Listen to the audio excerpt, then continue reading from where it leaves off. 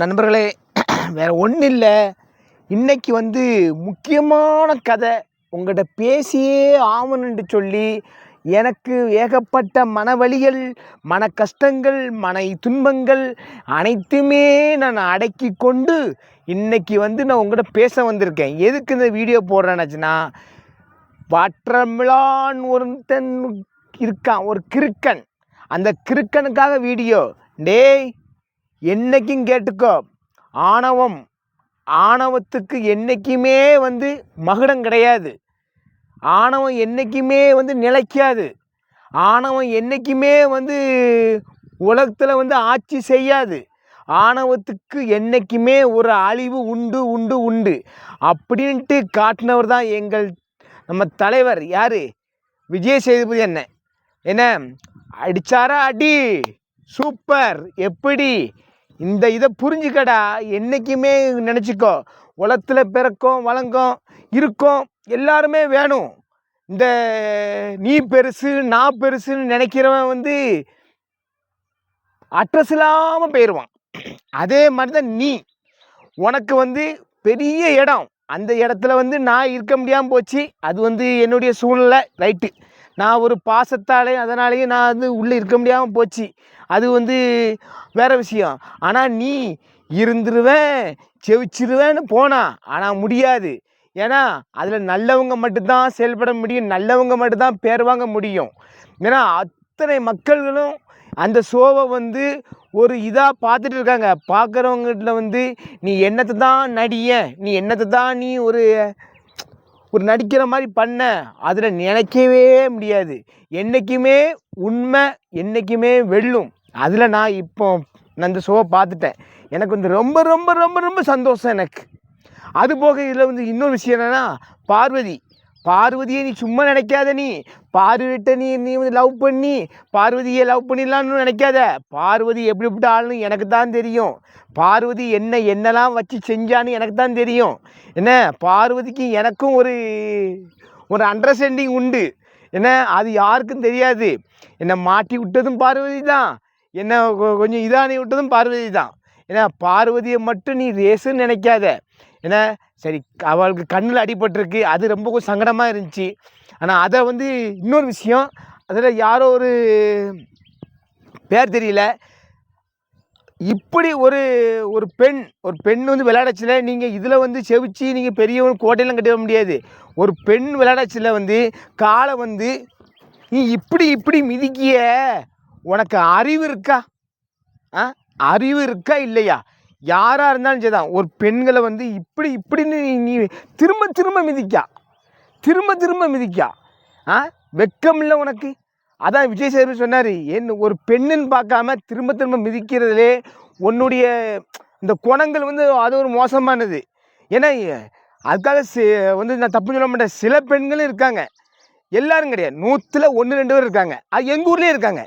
எங்கள் ஊர்லேயே சில பெண்கள் இருக்காங்க. ஏன்னா நான் இப்போ நீ கேள்விப்பட்டிருப்பீங்க, நான் ஒரு வாயை சத்தம் மூடுவேன், வாங்குவேன். ஆனால் பெண்கள்கிட்ட மட்டும் நான் அந்த சோழியே பெண்களை அடிக்கிறது வாங்க செய்ய மாட்டேன். இதில் ஒரு விஷயம் சொல்லணும். ஏன்னா என் கூடயே பழகி, எங்கள் வீட்டுக்கு அடுத்த வீடு தான், கேள்விப்பட்டிருப்பீங்க, நியூஸ்லாம் கேள்விப்பட்டிருப்பீங்க. ஏன்னா எங்கள் அடுத்த வீடு தான். அவள் பேரை சொல்லியிருக்கே எனக்கு வெக்கமாக இருக்குது. எங்கள் அடுத்த வீடு தான். அவள் என்ன பண்ணுறா, என்கிட்டயே பழகி, நாங்கள் அவள் ஃபேமிலி நல்லா பழகியிருக்கோம், வாங்கியிருக்கோம், நல்லா இருக்கும். என்னை பற்றி அவளுக்கு தெரியும், அவளை பற்றி என்ன தெரியும். அவள் என் நல்லா பேசுனா. என் பையனை அநாகரிகமான முறையில் அவன் தண்ணியை போட்டு என் 2 பையன்லேயும் அநாகரிகமாக ஏசியிருக்கான். ஏன்னா அது இந்த பள்ளிவாசல்கிட்ட தான் நடந்திருக்கு. அந்த சேவப்பா இருக்காது, எங்கள் பள்ளிவாசல் அடுத்தப்போ அலுவலது அது என்னது தர்கா இருக்குது, எங்கள் குலத்திருவில் சேவப்பா இருக்காது. அவர் பார்த்துட்டு தான் இருப்பார். அது நாய நீதி அவர் பார்த்து தான் இருப்பார். நாயம் என்றைக்குமே சாகாது. என் பையன்ட்ட நீ விளாண்டியா இல்லை என் பையன் ஓண்ட விளாண்டானான்ட்டு அந்த சேவப்பாவுக்கு தெரியும், மேலே இருக்கிற ஆண்டவனுக்கு தெரியும், நான் கும்பிட்ற தெய்வத்துக்கும் தெரியும். ஏன்னா இதை நான் எதுக்கு சொல்கிறேன்னா, சில பெண்களும் இருக்காங்க, அதுக்கு சொல்கிறேன் நான். இல்லைன்னா நான் இந்த பிக்பாஸ் மேட்டரில் இந்த சில சில்லறையெல்லாம் நான் உள்ளே எடுக்க மாட்டேன். இதெல்லாம் ஒரு தூசி, ஒரு அழுக்கு. இந்த அழுக்கெல்லாம் பேச முடியாது. அந்த அழுக்குடைய குணம் தெரியணும்ல உங்களுக்கு. ஏன்னா எல்லாரும் என்ன தப்பா நினைக்க கூடாதுல்ல. பெண்களை ஜிபி முத்து சேலையை வச்சு உறிஞ்சார், பெண்களை அடித்தார், பல்லை உடைத்தார். அதுக்கப்புறம் ஜிபி முத்து வந்து பெண்களை வந்து ஆபாசமாக பேசினார். அநியாயம் சொன்னதுக்கு வந்து அநியாயத்துக்கு வந்து என்றைக்குமே மேலே ஒருத்தன் பார்த்துட்டு இருப்பான். அது வந்து அநியாயம் என்றைக்குமே சாகாது. அதே மாதிரி தான் பிக் பாஸ் நடந்திருக்கு. பார்த்தீங்களா? என்ன நிலைமையில இந்த ஆணவ பேச்சு, அகங்கார பேச்சு, அது போக வந்து நான் தான் பெரியவன், நான் தான் இதுன்னு சொல்லி யாருமே நினைக்கக்கூடாது. உலகத்தில் எல்லாருமே சமம்தான். என்னை பொறுத்தளவுக்கு.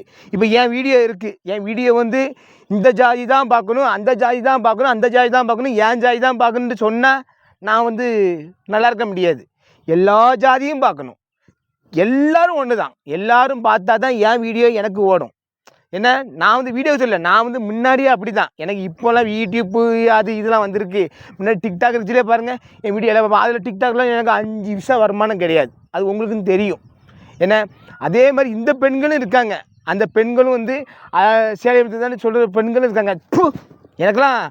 எனக்கு ரொம்ப கூசுது. எனக்கு அவள் வந்து என்னை பேச்சு முத்து கைப்பிடிச்சி இழுத்தான், என் சேலையை உறிஞ்சான் கைப்பிடிச்சி இழுத்தான்னு சொல்கிறது, அவள் சொல்கிறது எனக்கு வெக்கமாக இருக்குது. ஏன்னா அவள் கூட நான் அக்கா தங்கச்சி போல் பழகியிருக்கேன், அண்ணன் தங்கச்சி போல் இருக்கோம். நாங்கள் அப்படி ஒன்றுக்குள்ளே ஒன்றா அமுதா, அவளை பேர சொல்லக்கூடாது, அவளை நான் அவ்வளோக்குள்ளே நான் வந்து புருஷன் சண்டை போட்ட கூட நேராக பையனை போய் இங்கே வா அமுதா, இங்கே வா, இப்படி புருஷன் சின்ன பிள்ளைகிட்ட பேசியிருக்கான், அது தப்பா ரைட்டா? தப்பு தான். இந்த அவளும் சொன்னான், உன் பிள்ளை இது வரைக்கும் ஆச்சுன்னா காலேஜுக்கு போகுது வாங்குது, நான் எதாட்டும் பேசியிருப்பேனா? எதாட்டும் உன் பிள்ளை நடந்து போச்சுல, நான் பிள்ளை கேலி பண்ணியிருப்பேனா, வாங்கியிருப்பேனா? அதுவும் நம்ம பிள்ளை. ரைட்டு, நான் அப்படி தான் நினச்சேன். ஆனால் இந்த கேடு கட்டவன் எல்லாரும் இந்த எங்கள் ஊரில் சில கேடு கட்டவனுவோ அந்த கேடு கட்டவனு சேர்ந்துக்கிட்டு என்னை மறுபடியும் துன்பத்திலேயே கொண்டு வரானுவோ. நீ என்னத்தையும் கொண்டு வா, நான் கும்பிட்ற அந்த உச்சிமாலியம்மனும் பற்றையம்மனும் என்னை கைவிட மாட்டா. அதே கோயில் தான். அந்த கோயிலில் நீ வந்து அநாரிகமாக கோயிலுங்கிற வேலையை ஆரம்பித்து எவ்வளோ துட்டுகளை திங்கணும் தெரியுமா? எவ்வளோ இதுகளை திங்கணும் தெரியுமா? நான் எல்லாத்தையும் பேசினேன். அந்த பிக் பாஸும் பேசின வந்தேன், தர்பூசணியும் பேசின வந்தேன், என் கதையும் பேசின வந்தேன், எல்லா கதையும் நான் பேச தான் வந்திருக்கேன். என்ன, கோயிலுங்கிற வேலையில் ஆரம்பித்து ஏகப்பட்ட துட்டை திங்கானுவோம், கணக்கோடு கிடையாது. அங்கே உருவாங்கிறோம், இங்கே வருவோம். இது போன வருஷம் எங்கள் பெருமாள்புரத்தில் தசலாவே ஆரம்பிக்காமல் போய் வசூல் பண்ணியிருக்கானுவோ. அந்த வசூல் பணத்தை எங்கே நான் கேட்க, இதே பெருமாள்புரத்தில் யாருமே கேட்க மாட்டாங்க. ஏன்னா அவங்களுக்கு வந்து எனக்கு என்ன தெரியல, ஒரு சில பேர் வந்து மோடையனாக இருக்கானுவோ, ஒரு சில பேர் மோடையனாக இருந்து அவன் தப்பான வழியில் வந்து கோயில் கட்டு திங்கிறவனும், வந்து கோயில் சொத்தை ஆக்கிரமிக்கிறவனும், கோயில் சொத்தை பட்டா போட்டு கரையம் பண்ணுறவனுக்கு சப்போர்ட் பண்ணியிருக்காங்க. அது நம்மளுக்கு தேவையில்லை. எனக்கு வந்து நான் கோயில் தொட்டை திங்கவும் மாட்டேன், 5 எடுக்கவும் மாட்டேன். நான் இந்த தசலக வசூல் பண்ண எல்லாமே எனக்கு இருக்குது. நான் அதை நான் வேறு அது ஆண்டமனத்தில் எல்லாம் இது பண்ணுவேன், அது தெரியும் எனக்கு. அதுக்காக நம்ம வந்து கோயில் தொட்டு திங்க மாட்டோம். ஏன்னா அது போக வந்து அநியாயங்கள் அக்கிரமம் அவ்வளோ நடக்கு. இதை கேட்க ஆள் இல்லை. கேஸு என் மேலே கேஸ் கொடுங்க. ஏன்னா அவங்க போலீஸுக்கு தெரியாது. ஏன்னா நான் அது என்ன நடந்துச்சு, என்ன சம்பவம் நடந்துச்சு, என்ன இது நடந்துச்சுன்னு அப்போ அவங்க இந்த காவல்துறைக்கு தெரியாது. ஏன்னா அவள் போய் ஹாஸ்டலில் படுத்துட்டா, நான் அடித்தேன்னு சொல்லி ஹாஸ்டலில் படுத்துட்டா. அதனால் வந்து அது தெரியாது. அவங்க ஹாஸ்டலில் படுத்து பல்ல உடைச்சிட்டா, அதை உடைச்சணுன்னா அவங்க அது வந்து கேஸ் ஃபைல் பண்ணி தான் ஆகணும். அவங்க வந்து அது சட்டம் நானும் சட்டத்தை மதிக்கிறவன் தான். அது சட்டப்படி அவங்க செய்வாங்க, செஞ்சுட்டு போட்டு ரைட்டு இல்லை. ஆனால் என்னத்தை செஞ்சாலும் மேலே நீதின்னு ஒன்று இருக்குது, நியாயம்னு இருக்குது, அது செய்ய தான் செய்யும். அதுக்கு தான் நீதிமன்றம்னு ஒன்று இருக்குது, வழக்கறிஞர் இருக்காங்க, அதுக்கு தான் காவல்துறையும் நம்மளுக்கு வேணும். காவல்துறை இல்லாமல் நம்ம உலகத்தில் வாழ முடியாது. இல்லைன்னா எல்லாருமே நம்மளை வந்து எல்லோரும் இது பண்ணிடுவாங்க, துன்பப்படுத்திடுவாங்க. ஏன்னா காவல்துறை வந்து ஒரு முக்கியமானது. காவல்துறைங்கிறது வந்து ஒரு நம்ம 3 பேர் நம்மளுக்கு முக்கியம். நீதி, காவல்துறை, டாக்டரு, வக்கீல், இவங்கெல்லாம் 4 பேர் நம்மளுக்கு முக்கியம்தான். அவங்க இல்லாமலாம் நம்ம வந்து எவ்வளோ பிரச்சனையில் மாட்டிடுவோம் தெரியுமா? கண்டிப்பாக மாட்டுவோம். எல்லோரும் மாட்டி விட்டுருவானுவோம். எப்படியாட்டும் நம்மளை வந்து காப்பாற்ற தான் இந்த துறையெல்லாம் நம்மளுக்கு இருக்குது. அதையும் மிஞ்சின துறை தான் தெய்வம். எல்லா துறைக்கும் மிஞ்சின தெய்வம் தான் ஒரு துறை இருக்குது, மேலே ஒரு ஆண்டவன் இருக்கான், அந்த தெய்வம் இருக்குது. அந்த தெய்வத்தை நம்ம வந்து என்றைக்குமே கும்பிட்டு நம்மளுடைய கஷ்டத்தை சொன்னால் கண்டிப்பாக தீர்த்து வைப்பான். ஏன்னா அதே மாதிரி ஏன் சொல்கிறேன்னா, அநியாயம் அக்கிரமம் பண்ணுறவங்களுக்கு வந்து என்றைக்குமே ஒரு அழிவு சீக்கிரம் வரும். ஏன்னா எந்த சாமியும் எந்த கடவுளும் எந்த தெய்வமும் யாரையும் வந்து நீ அவனை கொல்லு, நீ அவனை அழி, நீ அவனை அழித்து எனக்குன்னு வந்து நீ இது பண்ணு, நீ அவனை சோழியை முடித்து எனக்கு வந்து பூசை வை, பால் ஊற்று, அது ஊற்றுன்னு எந்த சாமியும் சொல்லலை. நான் தெய்வத்தை வந்து எல்லாத்தோட நான் தெய்வத்தை ரொம்ப கும்பிட்றாள். என்னை போல் வந்து தெய்வத்தை வந்து கீழே உருண்டும் கும்பிட முடியாது, படுத்தும் கும்பிட முடியாது. என்ன சாமின்னா அவ்வளோ உயிர். ஒரு கோயில் போனால் ஒரு கயிறு கொடுத்தா அந்த கயிறில் வந்து ஆஹா அந்த அம்மனே தாரான்னு சொல்லி அந்த கயிறை வாங்கி நான் கட்டுவேன். என் என்னுடைய பையில் வந்து எல்லா தெய்வமும் இருக்கும். பார்த்தீங்களா, எல்லா தெய்வமும் இருக்கும். ஏன்னா எனக்கு வந்து நான் தெய்வத்தை கும்பிட்றவன். எனக்கு வந்து அநியாயங்கள்லாம் அது வந்து ஒரு நேரம் வரதான் செய்யும். அது வரச்சில ஆண்டவன் இருக்கான் பார்த்துக்கிடுவான்.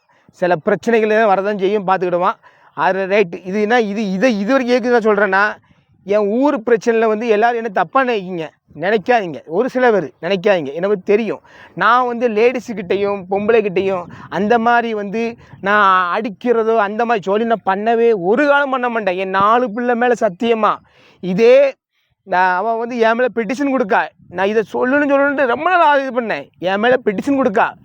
நான் சேலையில் கொடுக்க. நான் சொல்கிறேன், உனக்கு 2 பிள்ளை இருக்குது, எனக்கு 4 பிள்ளைகள் இருக்குது. நான் என் பிள்ளையும் கூட்டு வரேன், உன் பிள்ளை 2 பிள்ளையும் கூட்டு வா. நீ வந்து அதே அந்த லேடிஸு என்ன சொல்லுது, நான் வந்து சேலையை பிடிச்சி இழுத்தான், கை பிடிச்சி இழுத்தான் அடித்தான்னு சொல்லுது இல்லை. அதே பிரம்மசக்தி கோயிலில் தான் அவளும் ஆடுறா. எங்கள் ஊரில் பிரம்மசக்தி எங்கள் குடும்ப கோயில், அவளும் சாமி ஆடுறா. அந்த கோயில் நானும் கும்பிட்றேன். அந்த கோயிலில் வரும் சூடத்தை அடிப்பு சத்தியம் பண்ணுவோம். நீ அப்படி சத்தியம் அடித்து நீ என்னை அடித்தா, நீ சேலையை இழுத்தா, நீ எனக்கு பல்ல உடைச்சா, கைப்பிடி வச்சா, நீனும் 2 பொட்டை பிள்ளை வச்சுருக்கா. அதனால் வந்து நீ சொல்லு, நான் 15 நாள் 1 மாதம் கூட நான் உள்ளே கிடக்கேன். என் பிள்ளை மேலே சத்தியமாக நான் உள்ளே கிடக்கேன். நான் தப்பு செஞ்சால் தான் எனக்கு வந்து அந்த இதோட நான் தப்பு செய்யாமல் என்னை பொய் சொன்னால் என் மனசு தாங்க மாட்டுக்கு. ஆமாம், அவ்வளோ வேதனையிலேயே அவ்வளோ இதுலேயும் இருந்தால் இந்த வீடியோ நான் போடுறேன். ஏன்னா எல்லோரும் சொல்கிறீங்க, நண்பர்களே எதுக்கு எல்லோரும் வீடியோ போடல, அது போடல, இது போடல எல்லாம் சொன்னீங்க. நான் அவ்வளோ டார்ச்சர், அவ்வளோ பிரச்சனை எல்லாத்தையும் தாங்குவேன். எனக்கு ஆண்டவன் இருக்கான், ஆண்டவன் துணை இருக்குது எனக்கு. நான் வந்து ஆணவத்தில் சிலவன் கமாண்டில் வருது, ஆணவ பேச்சு, பணத்துமுறு பேச்சு. போடா இந்த பணம் இன்றைக்கி இருக்கும், இந்த பணம் நாளைக்கு உனக்கு வரும், அது வரும், இது வரும். நானும் வீடியோ போட்டு உட்காந்து வீடியோ போட ஆரம்பிச்சின்னா நான் தன்னை போல் எனக்கு வந்து ஆண்டவன் கொடுக்குற வரப்பிரசாதம் அது நீங்கள் கொடுத்த இதுதான். எனக்கு எல்லோரும் நீங்கள் வந்து என் வீடியோவை பார்த்து வாங்கி எனக்கு நீங்கள் கொடுத்த ஆதரவில் தான் நான் இவ்வளோ முன்னேறி இருக்கேன். இல்லைன்னாச்சுன்னா நான் அன்றைக்கே செத்து, நான் அன்றைக்கே மணலுமா நான் போயிருப்பேன். யார் சப்போர்ட்டு? நீங்கள் சப்போர்ட். நல்ல மழை வருது பார்த்தீங்களா, மழை வந்து ஒரு நல்லது. ஏன்னா நான் நான் சொல்லுவேன், ஆண்டவன் பகவான் எனக்கு வந்து நீ நல்லா இருக்குன்னு சொல்லி எனக்கு ஆசீர்வதிக்காது. அதேமாதிரி நினச்சிடுங்க. ஏன்னா ஆணவம் என்றைக்குமே நிலைக்காது, நீதி என்றைக்குமே தோக்காது, பொய் என்றைக்குமே நிலைக்காது, பொய் என்றைக்குமே உண்மை வெளியே வந்தே ஆகும். மழை வந்துட்டு இதுக்கப்புறம் நான் அடுத்த வீடியோவில் இந்த வீடியோ போடுறேன், பாருங்கள். ஓகே, தர்பூசணி உன்னை 2ஆக உடைக்கப்பட்ட தருணம் மிக மிக மிக சந்தோஷம். ஏனென்றால் நீ எத்தனை மக்களை பேசியிருக்கா, நீ எத்தனை பேரை நீ அவ்வளோ இதாக பேசியிருக்கா, நீ பொய்யான விஷயம் பேசியிருக்கா. அதனால் உன்னை பிளக்கப்பட்டது எனக்கு ஒரு சந்தோஷம். நியாய நீதியை கமாண்டில் சொல்லுங்கள், ஏசவும் செய்யுங்க, பேசவும் செய்யுங்க. பகவான் ஆண்டவன் இருக்கான்னு எல்லாரும் ஐயா பார்த்துக்கிடுவார்.